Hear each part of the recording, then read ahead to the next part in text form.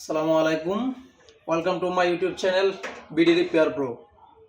তো দর্শক, আজকে আপনাদেরকে দেখাবো গ্যাসের চুলা সুইচ দেওয়ার পর এদিক দিয়ে আগুন আসে।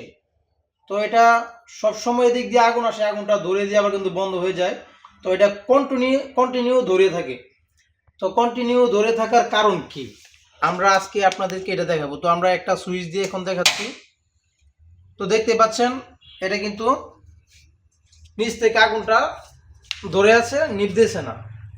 তো আমরা আরেকটা এই চুলাটা দেখাবো। এই দুইটা চুলায় সেম সমস্যা। তো সমস্যাটা পেয়ে আমরা চিন্তা করলাম যে এটা আজকে আমাদের যে দর্শক আছে তাদেরকে দেখাবো।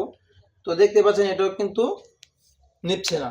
এ হচ্ছে আমাদের যে ফায়ারিং করে, এই ফায়ারিংয়ের আগুনটা কিন্তু এটা থেকে কিন্তু ফায়ার করে আগুনটা চুলার মধ্যে, যে বার্নারের মধ্যে আগুনটা ধরানোর পর আমরা যখন সুইচটা ছেড়ে দিই এটা কিন্তু অটোমেটিক এটা বন্ধ হয়ে যায়। হ্যাঁ, কিন্তু এখন কিন্তু এটা বন্ধ হচ্ছে না।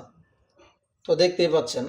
তো এটা কেন হচ্ছে এরকম আমরা এটাই দেখাবো। আর এটা যদি কন্টিনিউ এরকমভাবে ধরে থাকে তো এই দিক দিয়ে কিন্তু গরম হয়ে যাবে অনেক। আর যদি গ্লাসের চুলা হয় সেক্ষেত্রে কিন্তু কিছুক্ষণ চলার পরে চুলাটা ফেটে যাবে। তো গ্লাসের চুলা ফাটার বেশিরভাগ সময় ফাটে শুধু এই আগুনটা ধরেন যখন ফায়ারিং যখন নাকি ডাইরেক্ট হয়ে যায় তখনই কিন্তু এটা আপনার চুলাটা ফেটে যায়। ভিতরে আগুন ধরতে ধরতে দেখা যায় গরম হয়ে গ্লাসটা ফেটে যায়। এখন আমরা এটা কেন হয় সেটা আপনাদেরকে দেখাবো, কি কারণে এই সমস্যাটা হয়। তো আমাদের সাথে থাকবেন, ফুল ভিডিওটা দেখবেন, আশা করি আপনারা বুঝে যাবেন কোন কারণে এই সমস্যাটা হয়। এই সমস্যাটা হওয়ার কারণ কিন্তু এই যে সুইচটা দেখতেছেন, এই সুইচটা যখন নাকি আমরা চাপ দেওয়ার পর সুইচটা যখন ছেড়ে দেয় এটা কিন্তু উপরে উঠে যায়। যখন চাপ দিই তখন এই ফায়ারিংটা জ্বলে, যখন চাপ ছেড়ে দেয় তখন এটা বন্ধ হয়ে যায়। তো এখন এটা দেখতে পাচ্ছেন সুইচটা উপর নিচ হচ্ছে না বেশি একটা, এখানে চেপে আছে, নিচে ডেবে আছে। তো এই কারণেই কিন্তু ফায়ারিংটা ডাইরেক্ট হয়ে গেছে। এটা অনেকদিন বন্ধ আছে, মরিচা ধরে গেছে। এই সমস্যার কারণে কিন্তু এই সমস্যাটা ভিতর থেকে বসে গেছে সুইচটা। তো আমরা এখন এটাকে একটা সমাধান করার চিন্তাধারা করি। এভাবে সমাধানটা হয়ে যায় প্রায় ক্ষেত্রে। যদি না হয় তাহলে ইনজেকশন আপনাদের চেঞ্জ করতে হবে। ভিতরে যে ওটোটা, এটাকে বলা হয় ইনজেকশনটা চেঞ্জ করতে হবে। আর যদি সমাধান হয়ে যায় সেক্ষেত্রে কিছু করারই প্রয়োজন হবে না। তো আমরা এখানে কিন্তু কিছু একটা তেল দিয়ে নিয়েছি, কেরোসিন তেল দিছি। তো কেরোসিন তেলটা দেওয়ার কারণ হচ্ছে এটা যেন ভিতর থেকে যে জংগুলি আছে এগুলি একটু নরম করে পরিষ্কার করে ফেলে। তো কেরোসিন তেল দেওয়ার পর আমরা এটাকে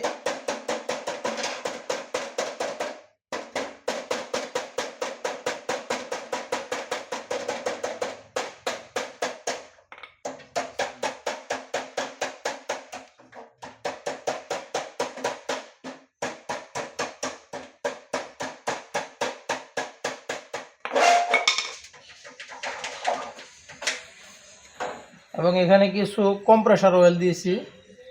এটা হলো সুইচটা একটু পিছিল থাকবে।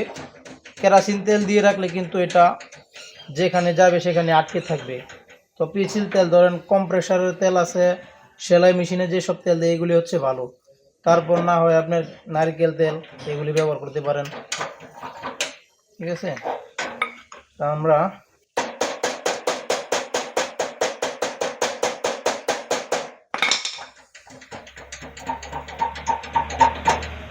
এভাবে যদি হয়ে যায় তো ভালো, যদি না হয় সেক্ষেত্রে আপনাদের কিন্তু ইনজেকশনটা চেঞ্জ করে নিতে হবে, পুরো উটোরে চেঞ্জ করে নিতে হবে। আর যদি হয়ে যায় তাহলে তো আপনাদের ভালো, আর ইনজেকশনটা চেঞ্জ করার প্রয়োজন হবে না। তো আমরা এখন আবার বানারটা এখানে লাগিয়ে নিয়েছি, দেখা যায়।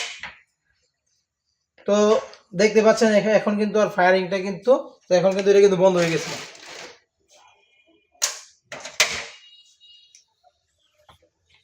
ঠিক আছে, এখন কিন্তু এই যে দেখেন যে ফায়ারিং থেকে যে আগুনটা বেরোতো সেটা কিন্তু এই যে সুইচটা উপর নিচ হচ্ছে, ঠিক আছে, বেশি, যার কারণে এখানে এটা উঠে গেছে সুইচটা, আর ফায়ারিং এর জায়গাটা কিন্তু বন্ধ হয়ে গেছে। ঠিক আছে, আবার দেখাচ্ছি। তো আশা করি বুঝতে পেরেছেন আমরা ওই চুলাটা ঠিক একইভাবে আমরা কাজ করব। তো আপনাদের সময় নষ্ট করে লাভ নাই।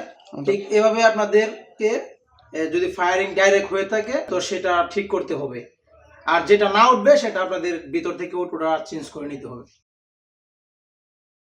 যদি এভাবে যদি ঠিক না হয় তাহলে এই হচ্ছে মেশিনটা, এই মেশিনটা আপনারা চেঞ্জ করে নেবেন, ঠিক আছে, পাল্টিয়ে নেবেন।